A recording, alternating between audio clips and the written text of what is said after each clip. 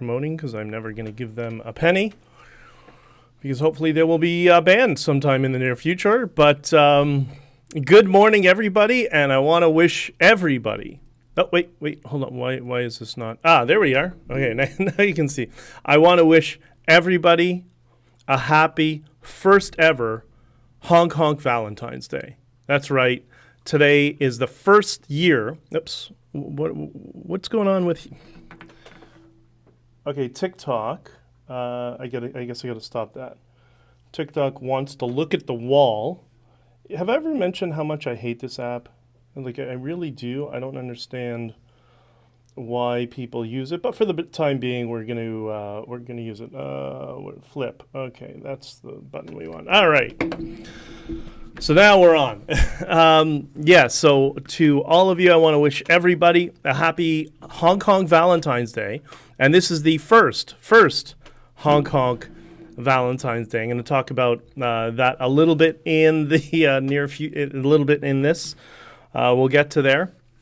And in celebration of HonkHonk Valentine's Day and peace and love, I found this really funny... Please stop message. Oh, you know what? I got to...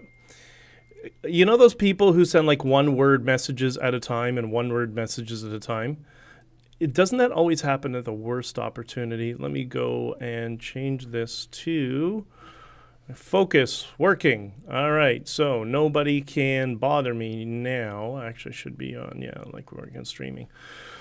Anyways, rough start this morning. What can I tell you?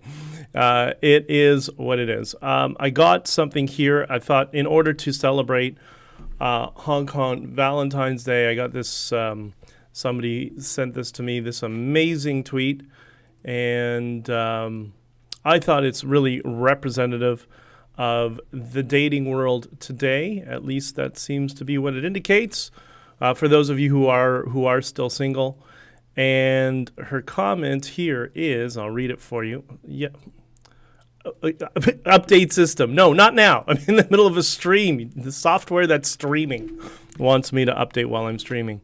And she says, a 31-year-old woman hooking up with John Tory is the only data point you need to know how bad the dating scene is in Toronto. So maybe we can help fix that with HonkHonk Valentine's Day, because we did manage to get a whole bunch of people to come together around peace and love and freedom and positivity in Ottawa, and I happen to know of a couple of Freedom Convoy babies, a couple of people who've gotten married and stuff as a result of the vibe at the Freedom Convoy, because it was all positive despite what the dirty smear merchants want to lie to you about. So yeah, it was great. Jasper. Jasper. What do you mean? Very cute. This is what I see popping up on my screen. Yeah, we all have friends like that. And I get the exuberance, but people are excited and want to share stuff. But it is what it is. Anyways, welcome to the Freedom Coffee Livestream, where we celebrate the freedoms that we have.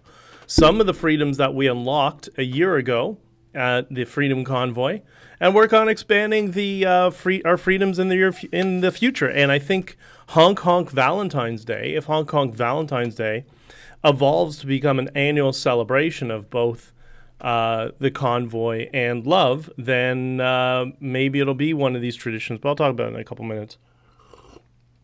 I hope you're all well. Ryan, good morning. D2. Good morning from you're in PI, that's right. I have my flag hanging upside down today as a reminder to the folks that Trudum did to Canadians last year. Long live the Freedom Convoy. Thank you, brother. I'm going to talk about that in a little bit. But yeah, let's talk about Trudeau.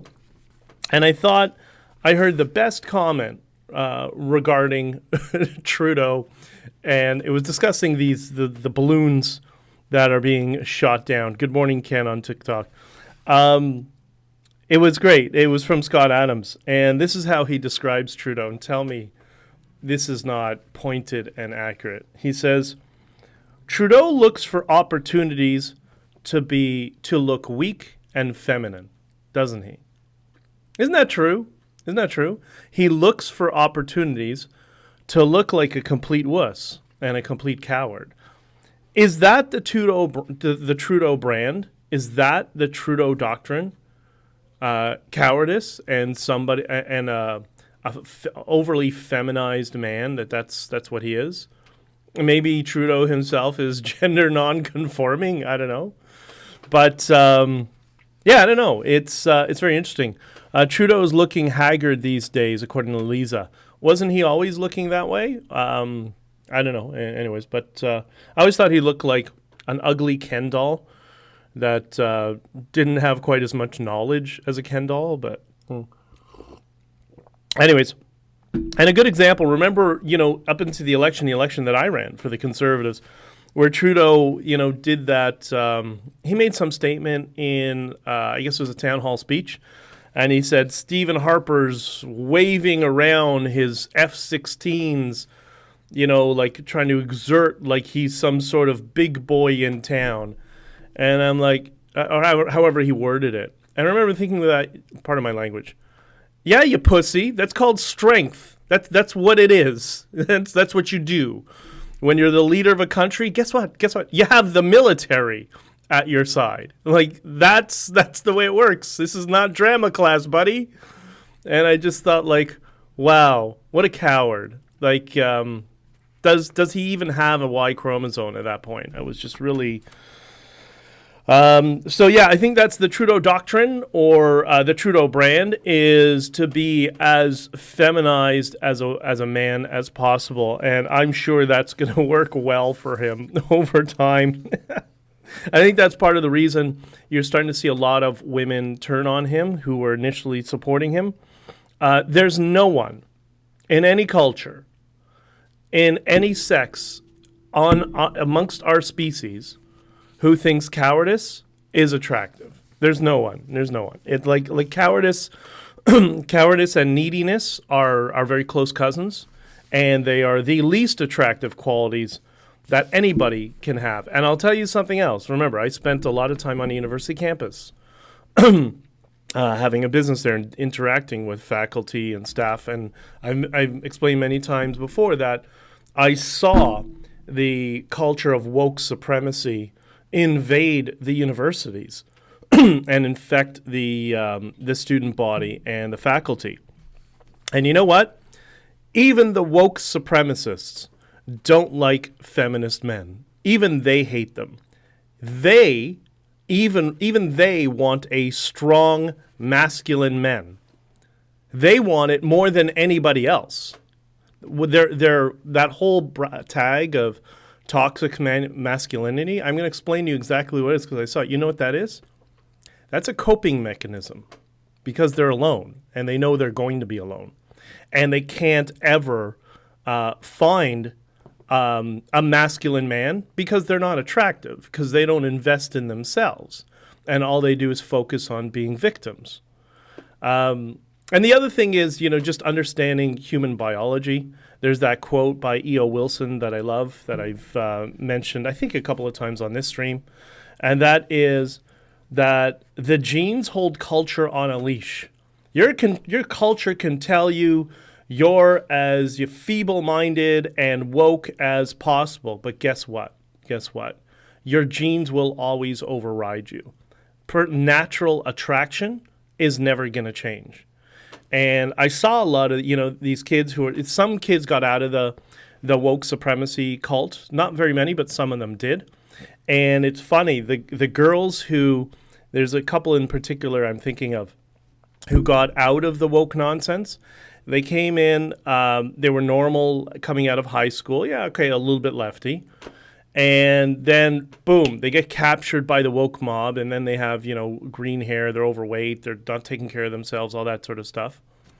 And then the next year and a half, I can't remember which semester, but both of them followed this similar trajectory, different classes, different years, but I saw the same pattern of behavior. They always go away for the summer for 4 months, and both of them came back. Again, different classes, different years. They came back fit and girly and like investing in like one girl I didn't even recognize her, completely different girl. She went down to the United States. She met some boy who was on the football team or something like that, and it just kind of it forced her out of this collective religious cult that she was trapped in, and went back to kind of the basics of what we are as human beings, and bettered herself. And she came out of it ahead. And when she graduated, I was very, very happy for her. It was wonderful to see her. She still was very, very empowered, but she went from this cult of misery and how the world is they have nothing to aim for, to saying, you know what, I'm not buying into this. I'm going to make my life. And I don't know what's happened to her since. I'm sure she's been quite successful in her life, and we need to see more of that. And that's somebody realizing that life is difficult, but you got to be positive and push through things. And there you go. So, anyways, the genes hold culture on a leash. So this is why we don't have to worry too much about the woke mob over the long term. And in 20 years, we're going to look at this culture where our culture is mutilating young women because the woke mob, the woke supremacists hate women. And we're going to look at the same way, remember growing up, we would look at the carnival, what was those quintuplets, the Canadian quintuplets that were pranced around the world, and they were basically treated like zookeepers and zoo animals, and how it was such a human rights travesty in Canada. That's how we're going to look at all this woke nonsense in 10, 20 years from now. So, history tends to, or should I say time, tends to heal all wounds, and history tends to, at least from my perspective, give somewhat of a pragmatic frame in terms of what's going on. So, here we go. Robert, does this year's HonkHonk Valentine's Day come with distraction balloons? Oh, I would pay good money. I would pay good money to send up a large balloon that said HonkHonk Valentine's Day. If somebody wants to do that, you are my hero. That's great. Good morning, everyone. What's up? I'm DJ Productions. Trudeau is now attempting to hold our health care tax dollars hostage in return for digital ID that he's pushing. Yes, Scott Adams has a good point on that one. Yeah, we'll get into digital ID another day. Let's see how this is evolving, and let's not forget that healthcare is run by the provinces. And it's funny how they always, any sort of leader that plays the victim is not a leader, right? And when they always defer blame, it's the federal leader is doing this. It's like, good, your job is to be a leader and make sure that doesn't happen. I don't care the excuses. I want results, right? Andrea, good morning and happy Friendship Day, BJ. Buenas tardes a ti. ¿Cómo se dice en español Valentine's Day? Día del Amor, right? But you do it at a different, I think you do it in May, if I'm not mistaken. I just can't remember from, I've had many Dia del Amor in Latin America in the past. When the good Lord was handing out brains, Trudeau thought he said trains and asked for a slow one. Very cute. Anyways, he's not the only one. That applies to many of our people who hold office.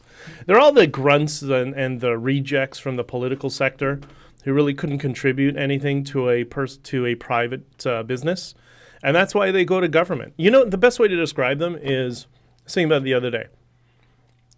So growing up, I was always the big kid, and I was kind of sporty. I was into computers. I was into a whole bunch of different things, like I am now. Like I have a whole wide stuff. So I was not a jock. I was not a nerd. I was not one of those. I mixed with everybody.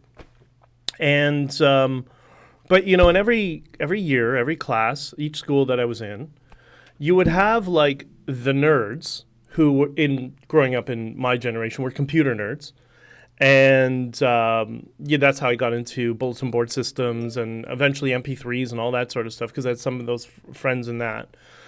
But those were like the nerds that had a talent and a gift. And then you had, obviously your jocks and your popular kids and kind of the rich kids. And there's a whole group of us that were into cars that I was into and stuff like that. Then the music kids are always playing guitar in front of school, which I was doing as well, right? So these were all the kind of little cliques. And then there was another clique. It wasn't really a clique. It was always one or two people in every year. They were the nerd, but the nerd who had no talent. Like the nerd who couldn't do math, the nerd who couldn't do any, who was not good with interpersonal skills, couldn't do sports. They just had no talent. I'm sure we all knew one or two people like that growing up. It's like you feel bad for them, and they were really jaded. They're really miserable, right? That's your political class. That's all your politicians, just about, with some exceptions, but that's who they are. So the nerd with no talent. There's your politician. Okay, couple of things that have gone on to this week. I want to just indicate. Hold on. Let's see. On locals, Trudeau's haggard these days. He makes sort of It's mostly women. It was mostly women standing up in the beginning. Yes, I agree. Being female doesn't mean weak, 100%. Women have to put up with a lot of shit from the men in their lives throughout history. Agreed. And, my mother was particularly intelligent, or is particularly intelligent, but was in terms of her workforce. And I always asked her about this, growing up and dealing with, the victimization that we get about the workforce. And she always said to me, I just had to be the smartest person in the office. I just had to outsmart them. And that's just what women used to do. They would just, they wouldn't... Anyways, we'll get into that another time. But yes, women are not weak and men are not, but they're different. Like Douglas, like Desmond Moore says in his series of books, The Naked Ape, The Human Animal, The Concrete Jungle, he always concludes on, amongst our species, men and women are equal but different. They're equal in some ways, but they're very different in many others. And that's something what Peterson is talking about in... when he's trying to look at the natural behaviors and behavioral differences of men and women. That's why we complement each other so well, that our strengths are their weaknesses and vice versa. And that's something to be celebrated. That's not something to be cynical about, at least from my perspective, right? Andrea, thanks heaven for the nerd. We celebrate today. Here it is 11:19 a.m. Buenos dias a ti. Okay, so this week, War Campaign did a video. Now, what is War Campaign? War Campaign is a YouTube channel that was streaming the Freedom Convoy, streaming videos. They were doing commentary during the convoy, and then they ultimately streamed all the testimony during the commission. On the POAC Commission around the Emergency Measures Act, which we'll talk about in a second. And the War Campaign did, so they didn't like me very much because they didn't know me. They just heard nothing but the smears and rumors that were coming out of Big Con Canada Inc. that they were getting people to say about me, right? Then at some point, just ahead of my testimony, I went on their channel, like I sent them a message. They brought me on. We talked for like 10, 15 minutes during the commercial break. I thought it went well. I thought they kind of understood my perspective. And then I did the testimony, and I guess they didn't, I don't think some of their audience understood my testimony at POAC. And if I could have just gone up there and done a vlog as opposed to a question and answer session, I would have been able to clarify it further. But unfortunately, I was not granted that because of not granted standing. And I was testifying with two hands tied behind my back. So I did my best to kind of show the fact that there are two factions here. It's like Game of Thrones, right? You have the Liberal Party is trying to say that the convoy was Mad Max. And the Conservative Party is trying to spin a fake narrative as well, saying that it was peaceful in the beginning, but then it got out of hand, which is the complete opposite. And that's going to become very important moving forward as, let's just say a lot more information is coming out in the near future to explain it all. Speaking of war campaign, this is from K9. Speaking of war campaign video, Hurt Locker became unhinged in his comments, then deleted many of his comments, including threatening me when I diced with his ex. Okay. Okay. All right, whatever. Yeah, he's not going to be important anymore. They're gonna take Wilson and Hurt Locker Tom and a couple of the others. Like, those are low level, like, bottom feeders. They're expendable, right? And now, because during my testimony, I exposed what they are and what they did to us during the convoy. They're going to be forgotten. You'll notice you won't see Wilson on Rebel News very much anymore. You won't see him on True North anymore, because they're going to put somebody else in their place to be the next level of Big Con Canada bottom feeder mouthpieces. And I know who they are, and I think some of you already know who they are. But that's another issue we'll get to another day. So, anyways. They didn't really understand. I guess they didn't understand the full context of my testimony, which I don't blame them for. I would probably feel the same way in their position.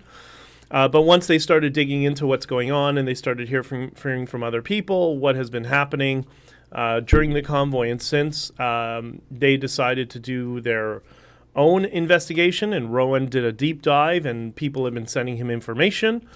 And just the facts, and he's trying doesn't want to spin, just let me go through it and I'll figure it on my own. That's what I did. I said, here, okay, great, connect with these people, you can talk to them, ask them, sort of thing, and try to help them out and just to give him some leads and back away. And it's not my business to tell him or anybody else what to think or say. And so he came out with his video.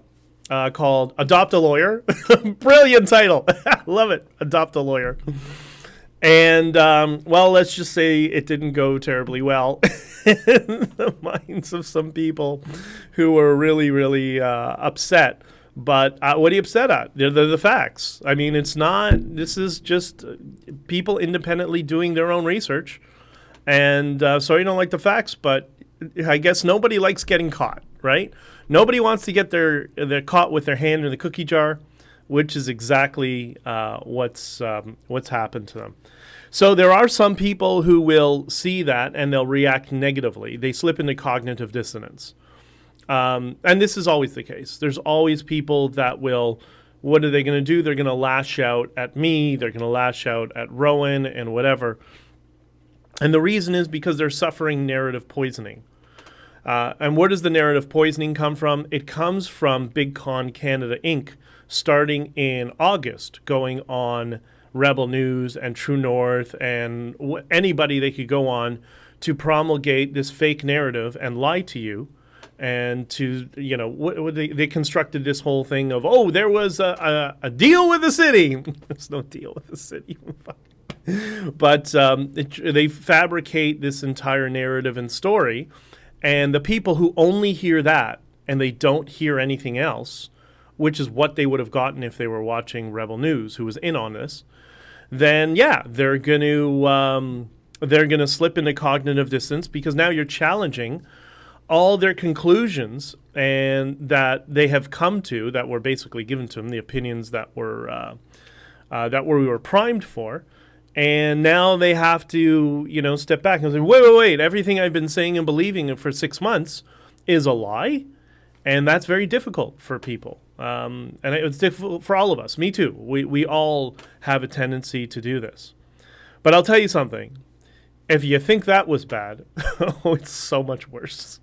That is just scratching the surface. And there is so much more to come, and there's going to be a lot of things that are shocking some of you that will... I got something sticking out of the side of my head. Well, what is that? It's annoying. It's annoying me. It's all I see on the screen is this. Anyways, whatever.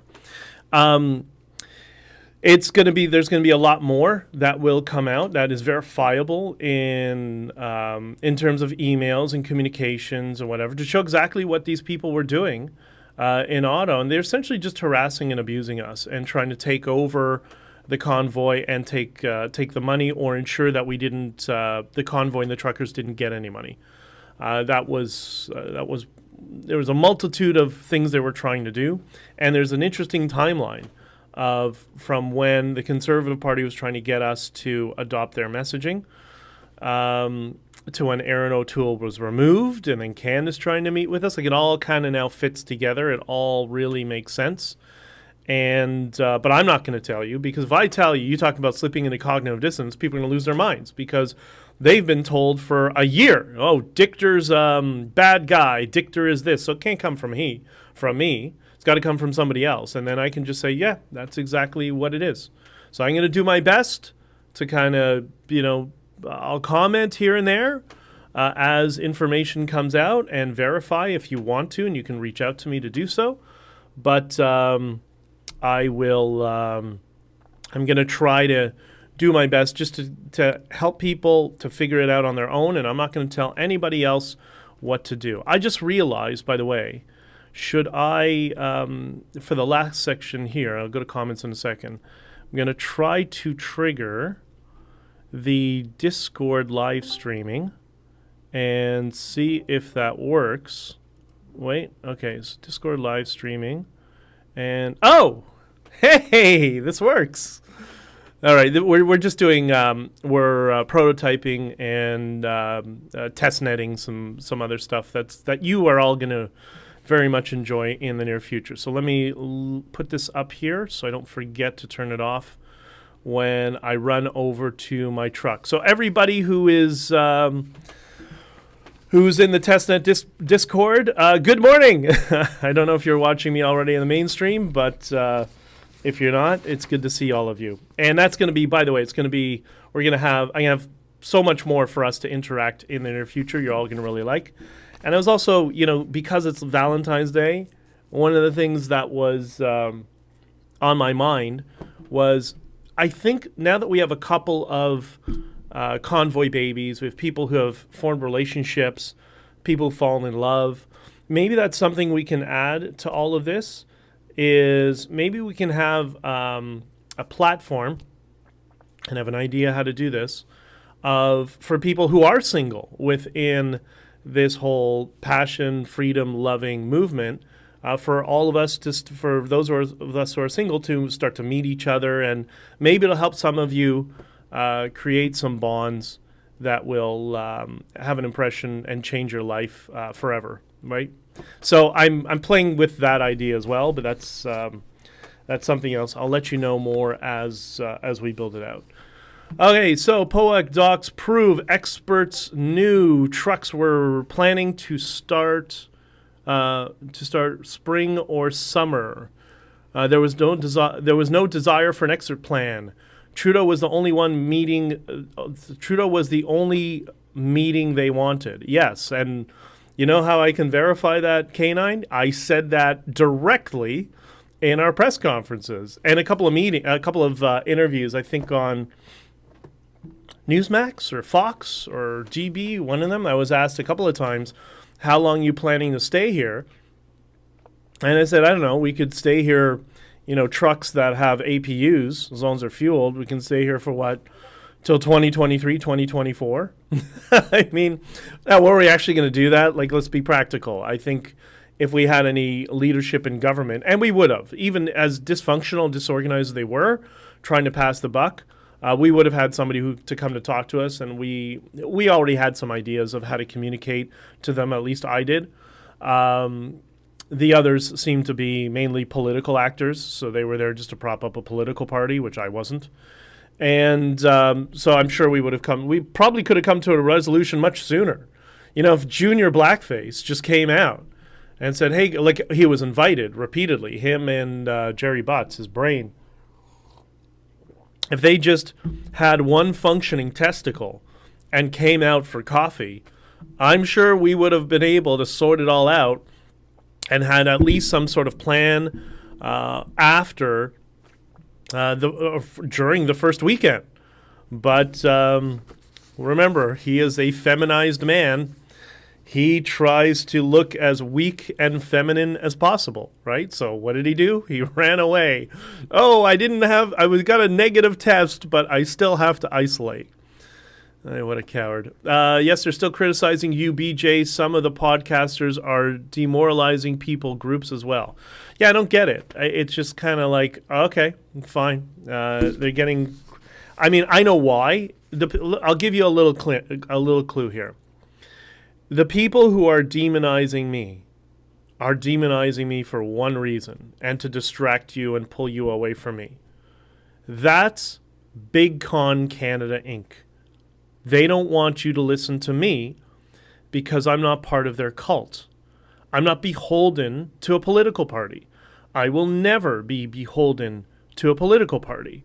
So those are political actors engaged in defamation and smear campaigns. It's okay. I got something special planned for them as well. But that's what that is. That's what you're watching. So when you see people who say, oh, Dichter, where's the Bitcoin? It's in an affidavit on the public record in the Mariva injunction in the case. Yeah, but where's the Bitcoin? Those are political actors. And those are the people you shouldn't trust. And what did we say in an earlier stream? Who are the people who are least credible in society? Do you remember? Does anyone want to put, there was 3 words. If you put it in the chat. There are 3 people, three classes, professional, whatever you want to talk, that you never can trust, that we all agree are the least credible people in society.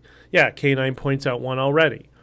They're politicians, lawyers, with an asterisk because they're hired as advocates, and media. And media doesn't just mean legacy media. There is also bought-off media in alternative media. None of them can be trusted. Yeah, Megan, lawyers, politician, and media, right? So all those people who are smearing Dichter and saying, hey, Dichter, what are they? They're political actors. Some are lawyers, although lawyers tend to be more careful because they're just advocates. Good lawyers are. And media, either fake news media or alternative media, whatever.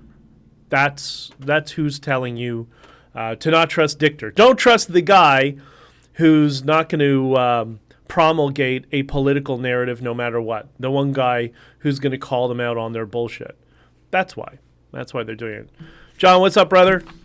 How's the trucking going today? I'll be out on the road in another, I got to get going in 20 minutes or less, actually. I'm running a little bit late.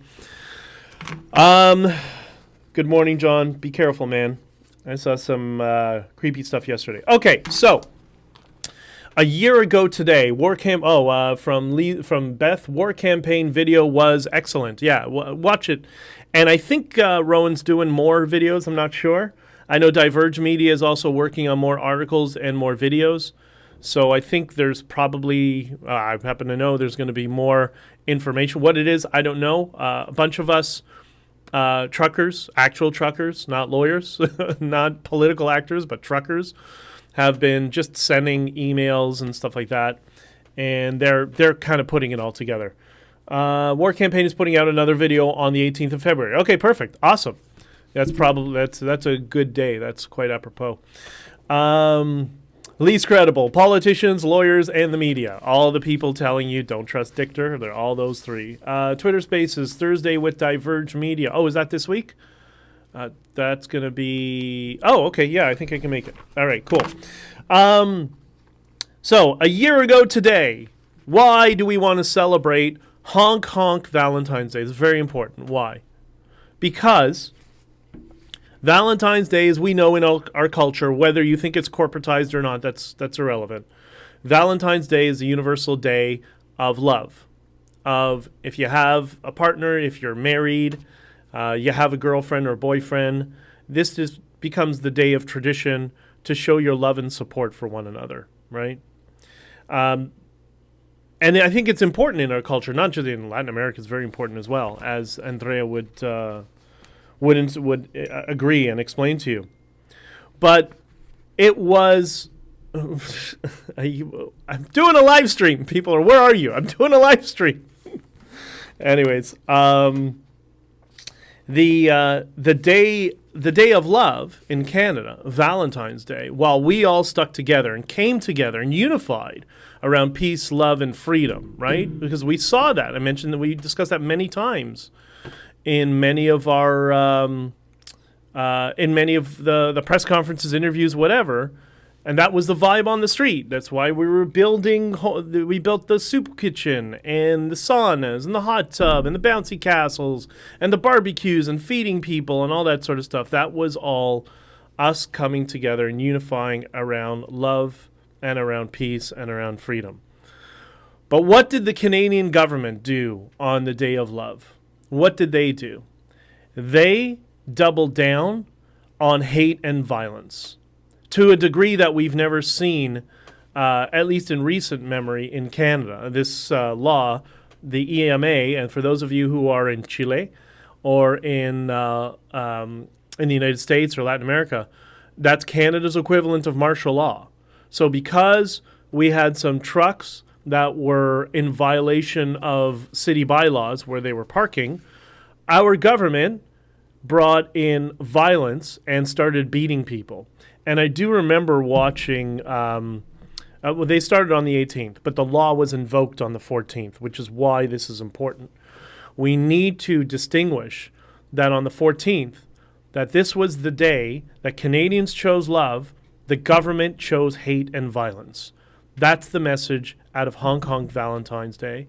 And I think that's something that we need to celebrate more days. Now, a couple of key things to address. Doug Ford, the provincial premier of Ontario, so that is, for those of you who are not in Canada, that's the equivalent of governor in Canada. He was the premier of Ontario, which is where Ottawa is located. He invoked the Emergency Measures Act on the provincial level 2 days before Trudeau. Now, I know Rebel News and True North and all these other advocates don't want to talk about this. And people in the Conservative Party don't want to talk about it and give him a pass. That's why you shouldn't trust Dichter, because Dichter's telling you the truth. And Dichter's trying to slip you out of the narrative poisoning and to address this issue. Like, the reason people are not talking about Doug Ford invoked the EMA before Justin Trudeau, and they were working together on this, as we saw in the evidence in the commission, is because many of us have been primed through propaganda over and over again. Repetition. Trudeau. It's like, no, it's Trudeau and Doug Ford and the entire political class, and they worked together. And they worked together against you.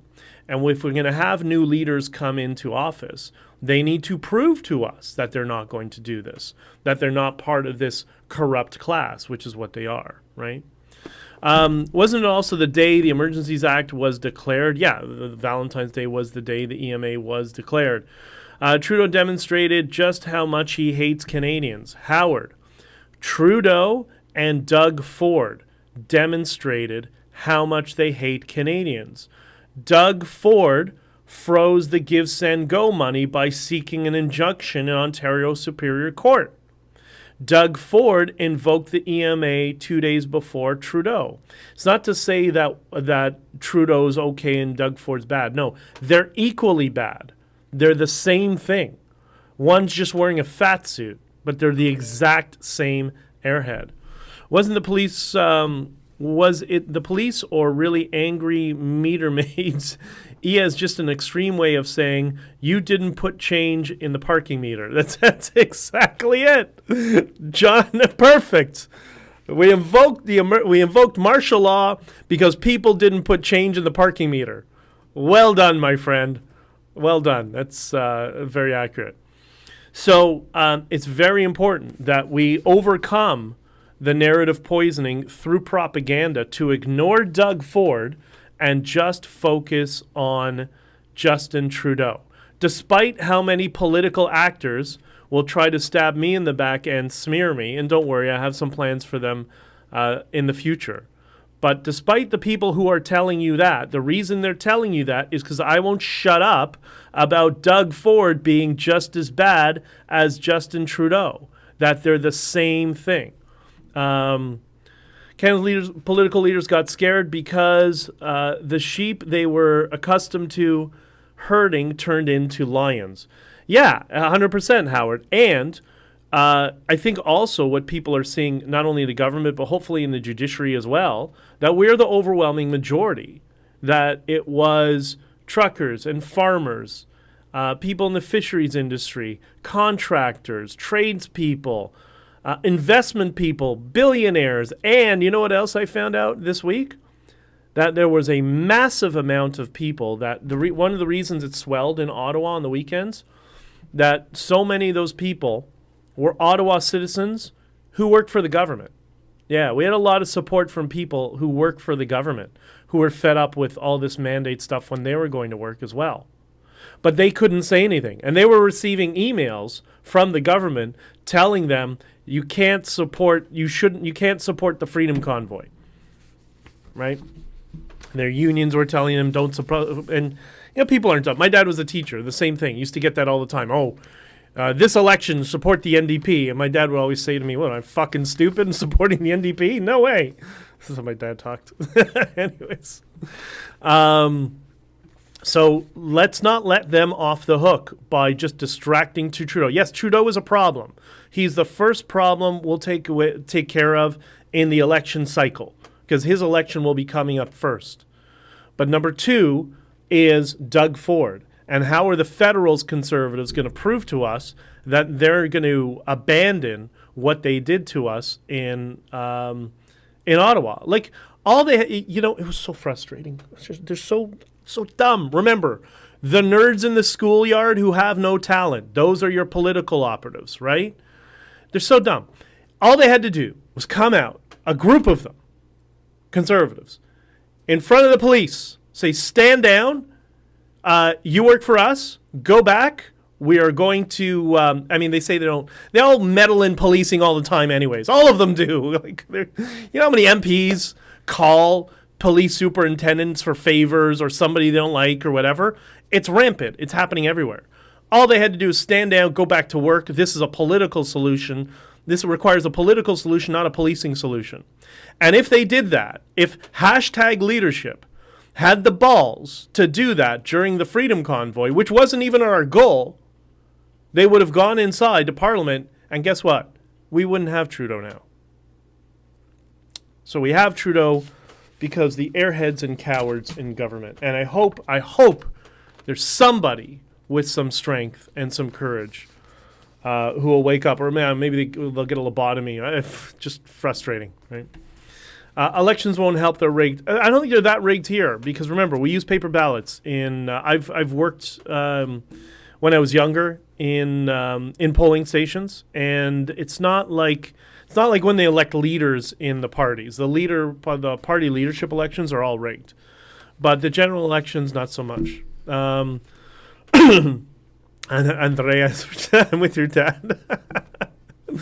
Muchas gracias, niña. And, that brings me on to this question that I've been asking for a while. And now that you've seen, some of you seen the war campaign video, and if you haven't seen it, go and see it. A question I started asking, a couple months ago when I started this. Who sabotaged the Freedom Convoy? Have you put it together yet? Because even when I was asking that question a couple of months ago, I didn't realize how deep this went. But over the past several months, as we start to put everything together in emails and communications and see what people were doing and what they've done in the past and all that sort of stuff, it's a lot worse than even I thought. This network is pretty big. But I'm charting it out for all of you, and I'll explain it. I'll explain it. Other people will explain it. It's going to take a while for everybody to digest and figure it all out, right? Yes. Chase says, used in the last elections I voted in, that might have been provincial, maybe. I know they're used in the party leaderships, but anyways, whatever. Yeah, what the fuck is going on with people from the inner circle hating on each other? Well, what they do, this is the tactic. So they all coalesce together, and they would come with some sort of loose plan. Loose because they're all kind of in the general direction. They're all corrupt.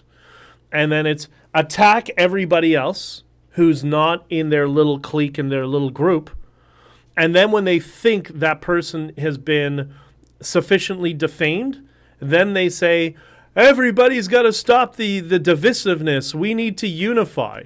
Yeah, because they went on the attack and stabbed all of us in the back, and now it's unified. It's like, no. No, not so fast. Anyways, it's going to go on for a while, but it's going to be fun. I promise. Man, all they cared about was money. They were obsessed with money. They wouldn't shut up about money in Ottawa. It was so frustrating and obnoxious because the money wasn't for them. The money was for the Freedom Convoy. Anyways, that's what it is. Yeah, okay, explain that. And all of this, so that example that I gave to you when all they had to do was, tell the police to stand down, even the fake news media would have been there, and it could have been dealt with politically, but they didn't have the courage to do that. So remember that the next time any political leader tells you #leadership, right? Or anyways, whatever. It's frustrating. So, all that to say, I think our first HonkHonk Valentine's Day today is our opportunity to show the world that the Canadian truckers, the Freedom Convoy, all of our supporters, everybody who was there, all of you who were streaming and doing Twitter spaces, and we all unified around love and supporting each other. We all came together, and many of us who had different cultures in Canada, people from the Maritimes and Quebec, meeting with people from Western Canada and even Ontario. Like, we all got along. We all found each other, and many people formed relationships, and some people now have a new baby in their family. So these are wonderful things. The Canadian government went full force into hate and violence. And so there's that's by the way, your small government argument from people.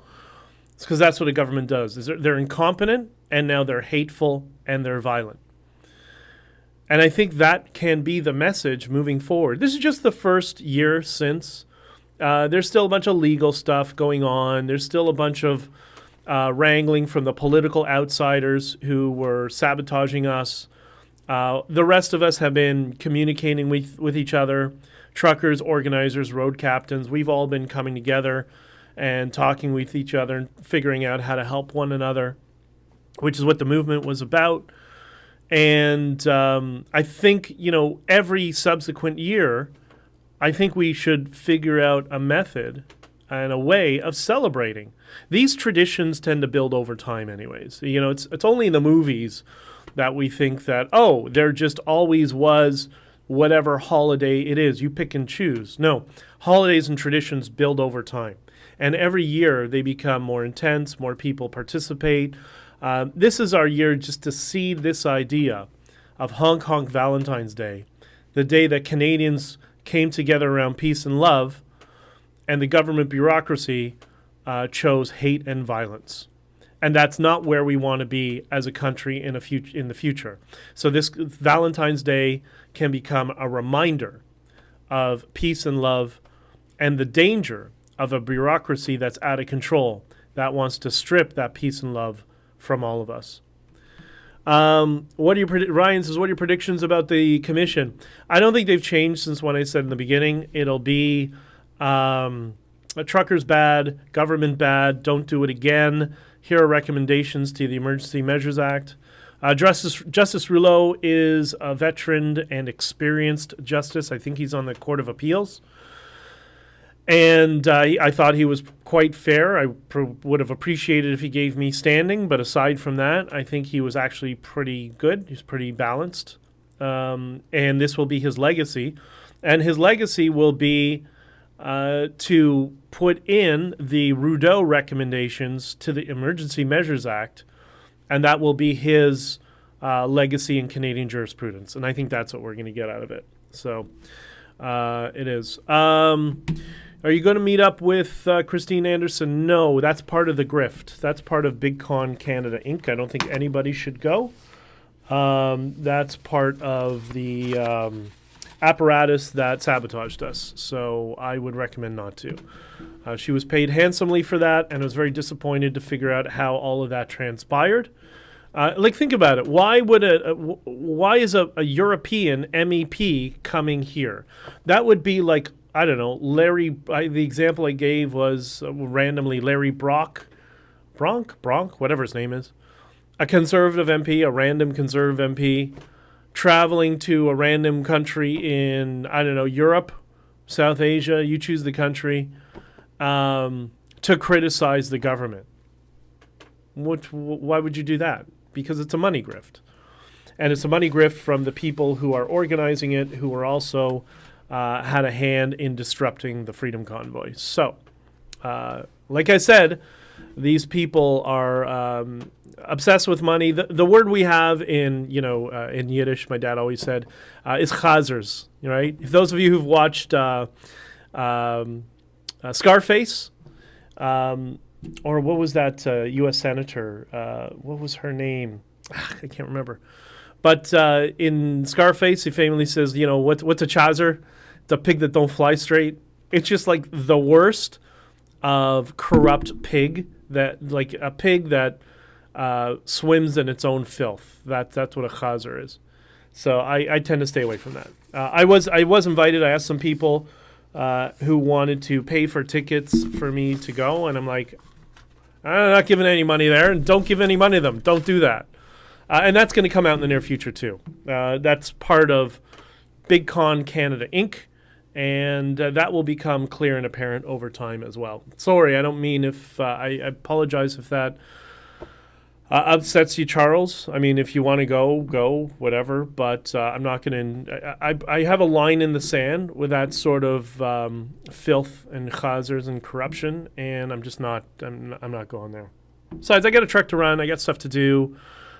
So many other projects I'm involved in right now that are related to this, and some things that are tangential. Twitter Space, Diverge Media, okay. Last week was canceled because Greg was me. Yeah, okay, that's Twitter. So yeah, Thursday night, by the way, Twitter Space hosted by Diverge Media. He's doing this thing, the Freedom Convoy files, I guess, and he's going through the evidence, and he picks up a batch of evidence, I guess, he's trying to do it every week, although he had to miss last week, where he explains some of the evidence around the Freedom Convoy, the disruption of the Freedom Convoy, the sabotage of it, the money, all that sort of stuff and whatever. Speaking of money being for the truckers, I hear you're asking for $200K for your lawyer. Is that true? Yes, I got to be careful how I speak about it because it's in an appeal right now, but I think I can tell you this much. So there's a batch of the batches of money are all different, and there's a batch of money that was raised through myself and through Chris Guerra that was separate from Freedom Convoy money, and that's what we're going at. We're trying to get access to our separate money since the JCCF has abandoned us and all the other lawyers. Because that money wasn't Freedom Convoy lawyers, we're saying, well, the legal representation didn't do their due diligence, didn't tell us we could apply for our money, so can we have the separate money that we raised? And I hear they're promulgating this lie that, what's the difference between $450K and $200? I'm like, well, because $200 is money that we raised separately for the class action suit. The $450,000 was for the commission, which was paid for. Everybody was paid to go there. So that doesn't make sense. Why would you want $450,000 from escrow when the government is already paying you to be there? Remember that word I taught you? Chazers? There you go. Chazers. Pigs that don't fly straight. The breakdown is in the court docs. Wasn't that... yes, exactly. That's why their money is separate. We're now getting into legal stuff that even I get a little bit confused with because I'm not a lawyer. Like I know the 1 point whatever million is held separately from the 3 point something 4 million. Chad knows this all in detail, but my lawyer can explain it. and they have different, like it's not one, they're not all frozen for one reason. They're frozen for different reasons. Because remember, one was Ontario, one was federal. So I'm a little bit confused. I just know that this is kind of this side money that was raised separately, and also that the money was being raised for legal stuff in the case of Bitcoin, and we were quite clear about that. Anyways, what's the? That's legal was one of it, as part of it, and most of it went directly to the truckers. Just hashtag remember $800,000 plus dollars in Bitcoin was the only money that got to the truckers. So this guy, and the guys that were helping this guy, and props to them, to Caribou and all of them for doing it, because I'm so thankful to them. We're the only ones that managed to get any money to any truckers. That was us, because we're not chazers like the rest of them. But we now have this legal thing, so the remainder we're trying to get it to be applicable to a legal defense, because we don't have any funding for our legal defense, because the other chazers who raised $5 million off our backs, the JCCF, are keeping it for themselves, because, hey, why not? Why not? The breakdown includes Bitcoin, Give, Send, Go, Adopt a Tractor, and the bank accounts, all in the docs. Okay, yeah, so K9 researches this stuff to death, and I'm driving in a truck, so my time is limited. Okay. Anyways, we can't have this conversation in text form in a chat, but K9 will explain it to you. She's well versed in all of this stuff, and just follow her on Twitter. She'll explain it to you probably better than I can, or my lawyer would explain it much better, because I'm still learning, right? Yeah, exactly. John, simple. John, you're pretty good at this, man. Adopt a Trucker was different fundraiser started by different group of supporters. Exactly. Okay. I think that's it for now. Last week, Greg canceled on locals. All right, everybody's still here on... I'm going to get going because it is 10:01 a.m. and I just got an email from confirmation of my dispatch, and I got to get down to the States as quickly as possible and try to... There's a lot of things going on. 100%. Yeah, just follow K9 on. And K9, maybe put in the comments your Twitter. And thank you so much for this all the time, because it's like a barrage. I get so many messages and accusations from people all the time, and there's only so much I can do while I'm, behind the wheel of a truck. All right, and for those of you who are in the Discord server, if you were watching there, let me know how it went and if I should continue to stream. The part of what we're going to be doing, we have Twitter Spaces, obviously, but I like the idea of having Twitter Spaces for all of us to talk together and see each other's faces.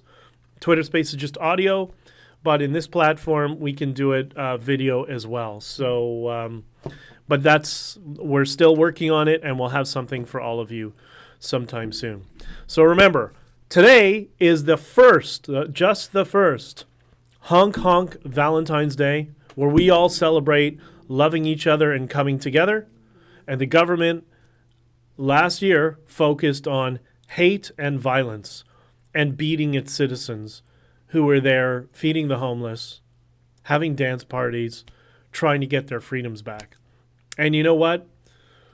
We did. It took some time, but we did. And yes, I understand people are worried about digital ID, and if they're going to do it and come, we'll deal with that. But right now, let's celebrate the fact that today is the day of love, and we got our freedoms back, and we're not going out with a face diaper on Valentine's Day this year. And I hope you all enjoy it. I hope you all enjoy your freedom.